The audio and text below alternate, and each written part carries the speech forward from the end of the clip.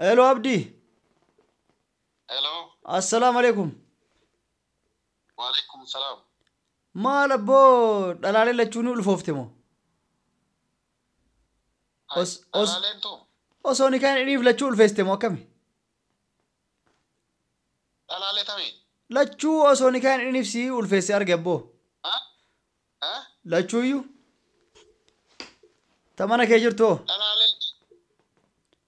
Osoni kan inif to سمعنا ulfooftu arge. كيجي جتار دلالي تم. Dhalaalee mana kan kee jirtu lachuu. ما لا صفت أبو. Jaalalloota tante. أبو ما لا صفت مالتا دي سفا يا قبدا ما رجع. Ni kaayoo na dhoystee hiitee jiraatte na hime abboo lachuu مالتا ka ulfooftu arge.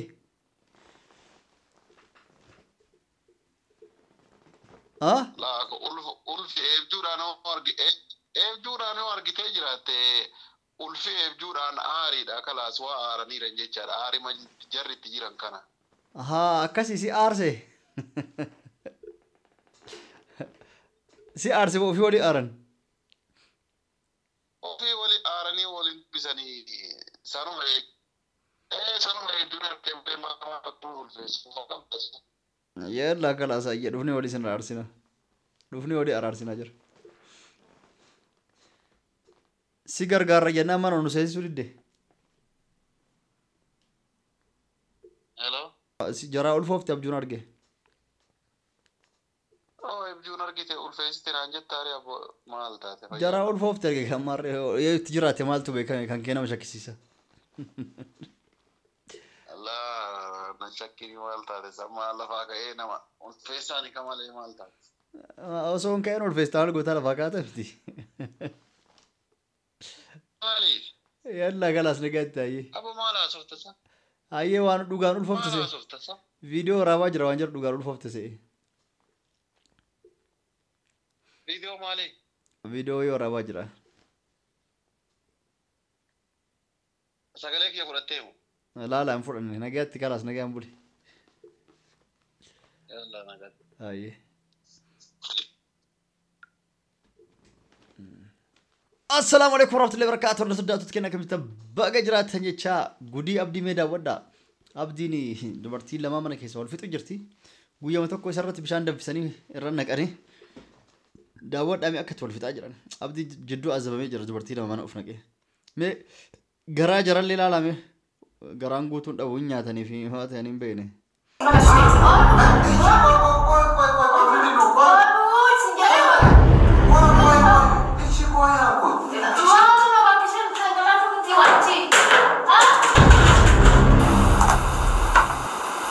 نرى فرطو عبدين أجائب ما كيسا وان هدوف بينه دوما جرا أرجو فوينه آخر أبدي لتشوني فودمو منا أري أمو تكتي فودمو وجنو كان داو أنت ولينو إينا أبدي سلا ربي سياباس كوف ما في الده أكاسي تشا كم يتهرب صدات تكنا بك جرتني نجني سوجين هاجرات تشا سجنتان كين أرى كما تتري قبار كتان ياو تبغى ما فيهم أبدي اللي تكور فتشي سوفي يسات اللي نمنا كفيديو كانوا رواجرو أنت كيسة تون برانك كده درجة جنون الفوفتة هم إني يو هاسي يأتي وني جري دونغور أنا أرجع تاني يو أقول جراته والفيسة يو أجر إفجع شافي إتأنس فران أرأس سجنتان كي كبر إيش في مega تيانس ما تدري قبض ساقتني جرتني تيانس تبري كي نياته مجرى كان جرو أكثر كتير سنة يمان كان كيسة نون هدود دلقا جرام بس أكهارات تردي بأني سعودي في دبي كيسة ليمو بك أددا ترى ردي بأني دلقا جرا كيسة تو يمان سنة كان كيسة كان عندورا لنا مون هدود دلقا تراني سيراني تنين دلقا تيانس تنا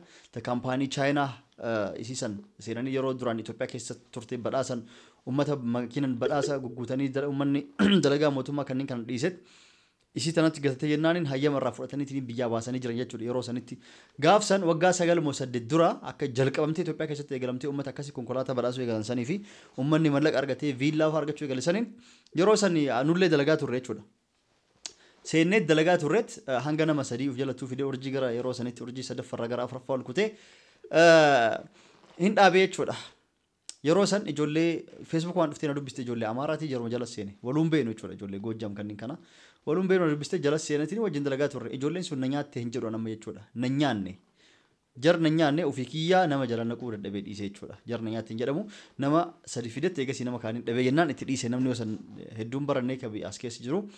Amma asitti namni akka guutuu itti deebi'aa jiru jechuudha. Keessattuu namoonni hedduu YouTube irrattis argee jira. Hattaa Su'aad Muktaarinuu birriitii nyaattee maalii jedhanii TikTok irraa fuudhanii YouTube irrattis gadhiisan argee jechuudha. Su'aad Muktaarii wanta isin nyaatte. Kaampaaniin nama nyaatu, kaampaaniin dhugamaan Tiyaans, kaampaaniin dhugaatii, dhugaan dalagaa jira jechuudha. Kaampaanichi kan nama nyaatu jiru. Nama jala seentantu isin nyaata. Akkamitti isin nyaataa fi akkamitti dalagamtii fi akkamitti of eegdan kan jedhu guutuu hanga dhumaatti waan wajjin turtan waa hedduu isiniif himuu deema jechuudha. Isin akkasin nyaatte, isin akkasin nyaatte jedhan. Isin liidara olaantuu yookaan immoo bakka sadarkaa guddarra jiraattee hayyamaa yoo baafattee Finfinnee keessattuu akka TV faana farrattuu kan gadhiisan argee jira jechuudha.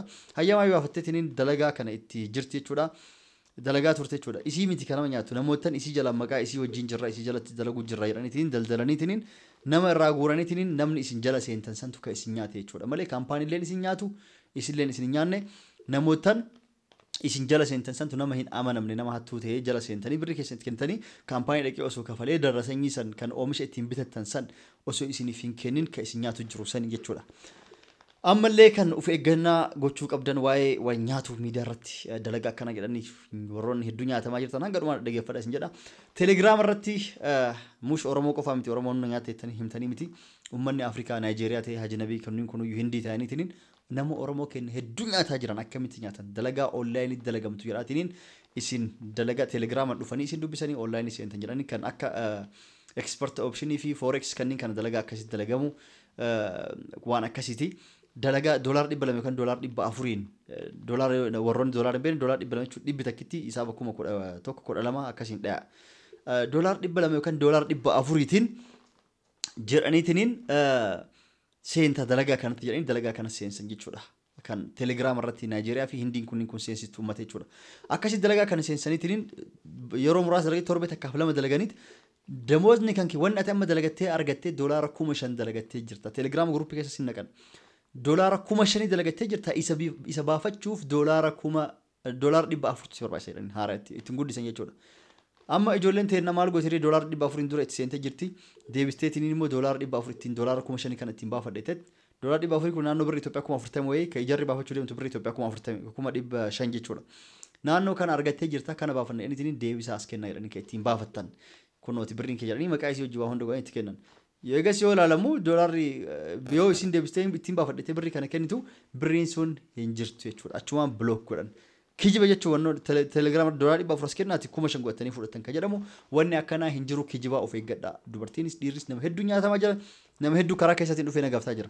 Kan dhiyootan immoo Suudii keessatti akka malee hattaa namni Itoophiyaa keessa biyya keessa iyyuu dachii ofiitu gurguranii waan biyyaa qaban gurguranii itti seenaa turan appilikeeshinii wayitii isarratti seenanii sa'aatii muraasan telegiraama irratti dalagaa kana dalagan jechuudha. Wama callisanii seenanii ilaalantu jira. San ilaalanii birrii guddaa herreegaf jechuudha. Yeroo gabaabaaf namoota hedduuf mallaqa guddaa kennanii fi namni guddaan mallaqa argachuu eegalee kan akka dalagaa Binance maalii Bitcoin jedhamu fakkeessaniitiin sanii walitti hidhamee appilikeeshinii san uumanii namni hattaa dachi miiliyoona oluyyuu itti baasee appilikeeshinii kanan naqee ittiin dalagachuu eegaleetiin guutuutti appilikeeshiniin kun Google marrallee dhabame block ta'e namoonni hedduu birrii isaanii kan nyaataman hin jiru koomantii jalannaa barreessaa akkasitti namoonni hedduu nyaatamee jira jechuudha. Kanaaf wantoota akkanaatti irraa of eeggata sun amma appilikeeshinii badee dhaabatee jira jechuudha. Karaa telegiraamaatiin dhufanii feesbuukaan karaa adda addaa dhufanii birrii haganaan seentee hagana sii kennaa hagana baastee hagana nyaattaa jedhaniitiin namoonni hedduu birrii isin irraa fudhanii birrii keessan isin nyaatanii of eeggannoo guddaa godha jechuudha. Namoonni isin beekne eenyu dubbatarree namoonni hedduu nyaataman akkas ta'an. Appilikeeshiniin sun isin nyaatee birrii guddaa isin nyaatee birrii miiliyoona Itoophiyaatiin lakkaa'amu nyaatamee jira jechuudha. Warroonni Naayijeeriyaatiif Hindii kunniin kun telegiraam irratti waan akkanaa jedhan isin nyaatanii. Forex illee onlaayinii irratti dalagaa dalagamu keessaa isa tokko ta'eetiniin forex ammallee dalagu jira. Turaadhallee dalagaa jira jechuudha. Doolaara bittaaf gurgurtaa doolaaraa fi yeroo kanneen kana kamtu ol ka'a kamtu gabbu'aa akka qumaaraa taphatamaa jechuudha.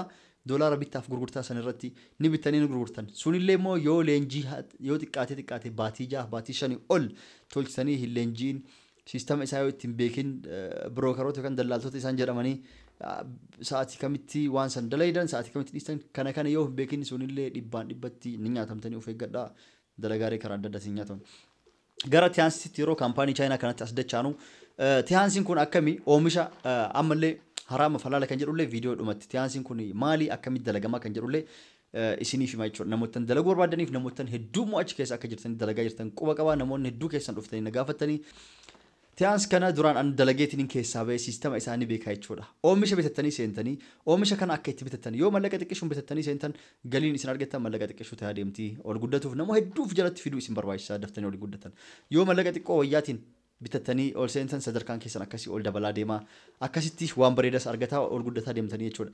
Garuu tiyaansiin hin dalaginaaf osoo hin ta'in harama falala kan jedhu sheekotillee deebiin kan deebisan ni jira dhumattis isiniif deebisa. Innis sartifikeetii halaalallee ni qaba viidiyoolee isiniif mul'isa jechuudha. Nama tiyaansi yeroo kaampaanii chaayinaa kana jala seentan warroonni hin beekne jiraatan immoo keessan lakkoofskii na dubbistaniitiin isiniif himaa jechuudha. Warroonni dalagatu barbaadan akkamitti akka dalagatu dandeettan isiniif hima jechuudha. As viidiyoolee isiniif viidiyoo kanatti aansee isiniif maxxansa jechuudha dubbii kiyyatti aansee jechuudha. Tiyaansi kana yeroo seentan yeroo dalagan nama jala seentan beekuu qabdan. Namni sun eenyuun jala seene dhugamaan namoota liidara isaa ol jiru nama isaa ol dalagu jiru kana maaliif dalagaan kun dalagaa onlaayinii keessaa isa bareedaa tokko jedheetiin yaada. Akkamitti kan jettan taate osoo fuula keessan viidiyoo adda addaa baatanii osoo mul'isin teettanii sagaleemaan barnoota adda addaa achi keessaa barattan anumaan osoo yuutuubiin ogaliin dura tiyaansiin dalagaa ture haasaa kanneen kan akka yuutuubii irratti ol ba'ee onnee godhadhee haasawuu kan baradhee achi keessaa baradhee jechuudha. Birrii tiyaasan nyaatamtee haftullee namni nyaachaa kaampaaniis nyaanne ofumaa itti kafalee bitadheetiin oomishas fudhadhee koomishina baay'ee akkallee fudhadheetiin eegasii anumaan keessaa dhaabadhee jechuudha. Isaan na nyaatan jedhee ni maddu isaan na nyaatan jedhee dubbadhu jechuudha. Nam tokkos na nyaanne ofumii kiyyaa keessaa ba'e jechuudha. Akkasii namoota hedduu seenanii keessaa ba'anii jiran. Seenanii wanni keessaa ba'aniif maali? Nama jala seenuu yoo argatin galiin argatan jechuudha. Nama isaan jala seenu wal jala seenuu qofa osoo hin ta'in nama tokko yeroo fiddan karaa halaalatiin fiduu qabdan. Dalagaa kanatti osoo seentan haraama osoo kijiba itti hin makin waan inni arganne ni argattettanii osoo itti hin makin yoo fakkeenyaaf Reyaala Suudii 2000 oomisha bitatte seentaa. Eega seenteen booda hagana qabxii urjii afraffaa seentaa yoo nama tokko dabalatti yookaan nama haganaa fiddee urjii jaaffaa seenta. Oomisha bitatte oomishni bitattu kun faayidaaleen isaa akkana kana. Kaleeftaa viitaaminoota adda addaa qaba, kaalsiyeema qaba, coggoorraa yeroo meeqaaf hakimitti fayyuu dideef kan fayyuu qaba, waan adda adduudaaf lafeef. Dawaan walumaa galatti oomishni sun food supplement jedhama gargaarsa akka viitaaminaatitti faayidaalee hedduu qaba jechuudha. Dawaa qofaa miti namoonni kennu dawaa qofaan kan dhageenyatti maashinoota ispoortiif jira, kan akka meekaappii jira. Waa hedduu jira jechuudha. Kaampaaniin kun kaampaanii guddaa addunyaa guutuu irratti onlaayiniin dalagu jechuudha. Gurgurtaa kallattiitiin namni bitateetiin kaampaanii kana seenee akka dallaalaa nama fidee yoo namni kunis bitatee seenu koomishina irraa argataa ol guddataa yeroo deemee abaaliidha jechuudha. Miseensa ta'ee jechuudha. Namni kun amma miseensa ta'ee wajjin dalagutti waan jiruuf miseensi kennu kun gurgurtaa hagana kaampaanii kennaaf waan nuuf gurgureef badhaasa akkana isa badhaasa.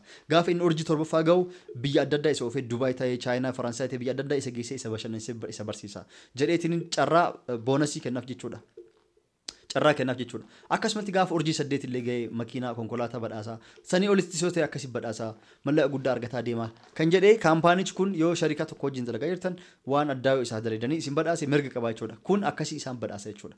Kanaaf namni isin murteessan maali nama jala seentantu murteessaadha. Namoonni hedduu nyaatamne jedhaatiin kan dubbataa jiru. Namni jala as keessaanii beeka nama hedduu kan nyaatame. Nama 10 20 faatanii wal jala seenaniitiin mallaqa gurguddaan seenaniitiin nama kana ni amanna jedhanii nama san jala seenanii namni sun birrii jaraa osoo gara biiroo gara qirincaafi dhaabbata kanaatti fideetiin galmeessee oomisha jarallee osoo hin fidiniif birrii kan walitti qabatee nama akkasiintu badeentu jira jechuudha. Namoota akkasiitu maqaa akka warra Su'aad Muktaaris jalaa balleessa jechuudha. Su'aad Muktaar ol guddattee sadarkaa guddaa jirti jechuudha. Namni maqaa isii balleessu yoo inaaf affeetu taate malee namni daayirektiin isii jala seentee isiin nyaattu hin jirtu isiillee hin nyaattu namootan isii hiyyuu hin beekne maqama isiitiin isii jala dalaguu jirra akkana nu jala seenaa jedhanii birrii fudhatan. Nama santu isin nyaate jechuudha isin. Malee kaampaaniin nama nyaatu kaampaaniin kun dalagaa dhugaatii yoo seeran dalagatan yeroo barbaadaa yeroo keessan onlaayinii yeroo hettan koorsii leenjii fudhataatiin namootan of jala neetan leenjisaa fakkeenyaaf namni tokko yoo an ofii seene an of jalatti hanga nama 4 fidee ijaaraa jechuudha. Nama 4 kana fidee yeroo ijaaru afran kanallee ani yeroo nama afran kana fidee afran kun oomisha kana bitatanii seenan anillee koomishinii waan jara afran kana fideef ni argadha jechuudha kafaltii. Ni argadha ka argadhu kana fuudheetiniin kalaasaan argadhee jarris dantaa isaanii dhiisuu hin qabu jechuudha. Karaa halaalaa itti himtanii kan argattaa dhugaa itti himtanii dalagan dalagaan halaala. Yoo kijiba waan hin jirre itti maatiin waan hin arganne ni argattettanii itti dhiibdanii dirqiin itti seensistanii jettan dalagaan haraamaa jechuudha. Halaalaa fi haraama illee ni taate jechuudha. Isintu halaalas godha isintu haraamas godha jechuudha. Kanaafuu nama afranii of jala seensistan kana maal gootan yoo innis nama oomisha kana bitu nama of jalatti dambanyaa dhabee nama bitatee jala seenu yoo kan dhabu taate dirqama isiin sun urjii yoo nama 4 jala neexan urjii gara 5 kan tartan taate jara isin jala jiru afran kana dirqama gara urjii shanii osiistan isin jaasentanii jechuudha. Kaampaanichis haala kanaan mijeessa jira jechuudha. Dirqama nama afran isin jala jirus ol guddisaa deemtanii wal guddisaa deemtan. Namoonni akkanatti wal guddisnaa hin dalagannaa kan jettan fedhii dalagachuu barbaadan taate anillee isin wajjin ni seenaa wal karaa dhugaatiin seenneetiniin wal jalaan waliin dalayna lakkoofsa kiyyaa na dubbistaniitiniin dalaguu hin dandeenye jechuudha akkasitti. Walumaa galatti dalagaan kun maal fedhaa? Gurmaa'ina yookaan immoo wal ijaarsa barbaada jechuudha. Wal ijaaranii wal deeggaraa yoo daleeddan namni isin jala seensan sun murteessaadha. Yoo isin jala of naqeetiniin nama isin jalattis fidee isin gargaaraa isin barsiisaa namas isin jalatti ijaaraa isinillee ol guddisee akka isin birri keessan san hin kasaarre. Silaa kasaaraan jirtu oomisha bitattanii seentan oomisha san itti fayyadamtan jechuudha. Garuu akka isin irraa fayyadamtan akka isin jijjiiramtan akkasii isin gargaaruu qaba jechuudha namni isin jala seentan sun nama akkasii ta'uu qaba ammas qorachuu qabdanii.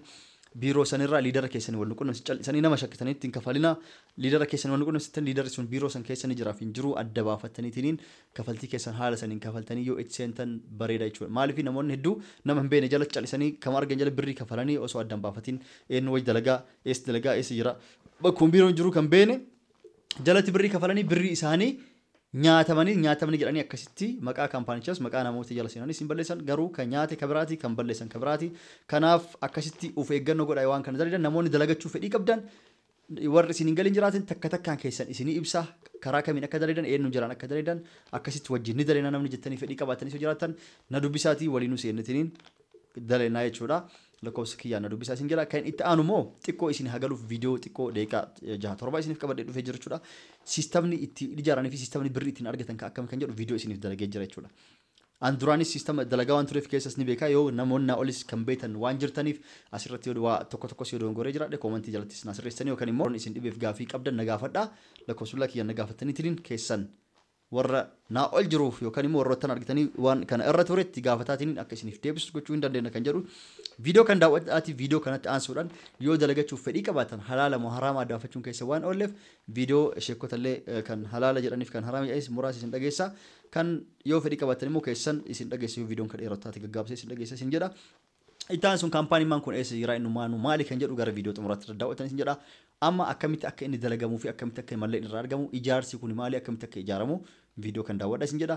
Isa dura guyyaa 8 tana guyyaa 7 qofa hafee baatii kana bara haaree kanarratti baatii kana chaayinaan kaampaaniin chaayinaa kun dhaabbanni kun maal promotion haaree baasee ture.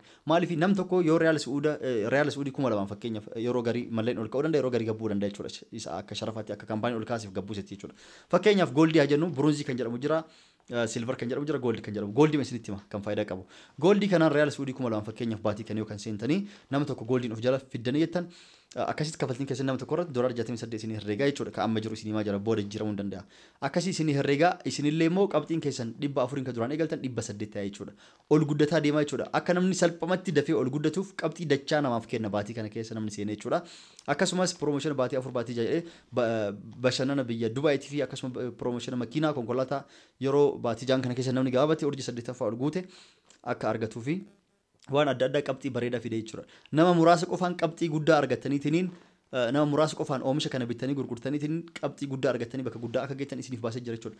Namni qabxiin kun akka isin hin jarre waan duraan argatanii nama 3-4 fiddan nama tokkicha qofa fiddanii oomisha kana bitachiisuun qabxii guddaa argatanii sadarkaa yeroo san gara urjii 5-6tti ol darbuu akka dandeettan haala mijeessee waan jiruuf namoonni waan kana hirmaatu barbaadan atantamaan lakkoofsa kiyyaa na dubbistaniitiin akkamitti akka dalaguu dandeettan een wajjin akka daleedan isiniif himeetiin akkasitti haala saniin dalaguu dandeettan isin jedha gara viidiyootti dabarra dubbii isin dheeressa dhiifama viidiyoo hanga xumuraatti ilaalaa isin jenna asuma warroonni yuutuubii bitachuus barbaadan torbee kana keessa akka promotion anillee kan baasee gatii isiniif gabbuuse reala 3,000 dirhama 3,000 kan isiniif godhe baatii kanatti dafaatti tirmaadha isin jedha lakkoofsa kiyyaa asirra argitan dubbisa.